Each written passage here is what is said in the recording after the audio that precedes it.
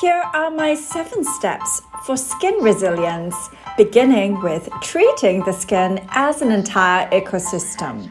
The mind-skin connection is real. The skin is the first to suffer the ill effects of stress, and even with the perfect skincare regimen, your immune system really has the final say. Mindfulness practice, meditation, reflective journaling, art therapy, these are all practical activities that can help you de-stress. Make that part of your daily routine. Don't forget to practice sleep hygiene as well in order to get a good night's rest every night, and also to follow the circadian rhythm. This means that your sleep-wake cycle should follow sunrise and sundown patterns. Tip number 2, respect the gut-skin axis. Dairy and saturated fats are considered acnegenic foods, but even if you don't suffer from acne, foods can seriously affect your glow. The gut microbiome affects immune system functioning, which in turn affects your skin.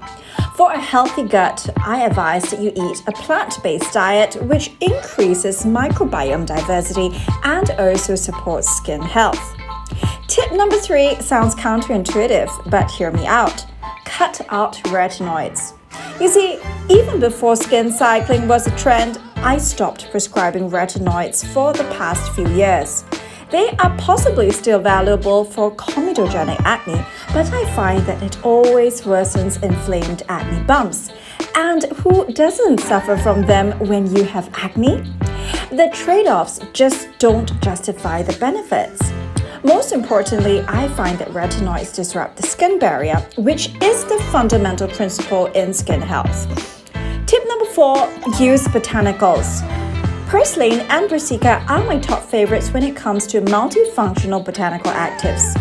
Everybody already wears sunscreen, but these plant-powered actives enhance your skin's innate resilience. Besides, aren't you sick of hearing about sunscreen all the time? Not kidding. Anyway, besides having antioxidant properties, meaning that they fight damaging free radicals, these botanicals are anti-inflammatory and UV protective.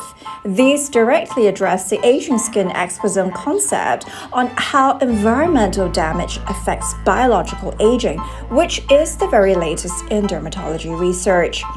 Now, K-Beauty taught us that skincare routines can be maximalist instead of minimalist.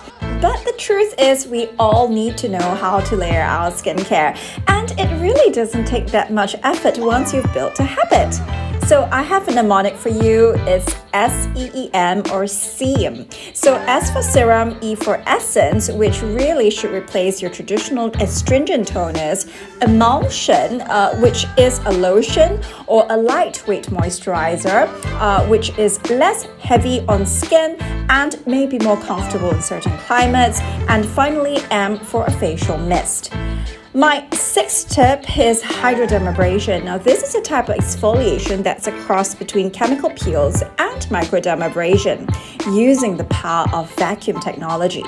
It's gentle enough for all skin types, including sensitive skin, and unlike peels and diamond microdermabrasion, it's also highly effective for achieving the coveted glass skin appearance popularized by K-Beauty when it's paired with the correct facial solutions.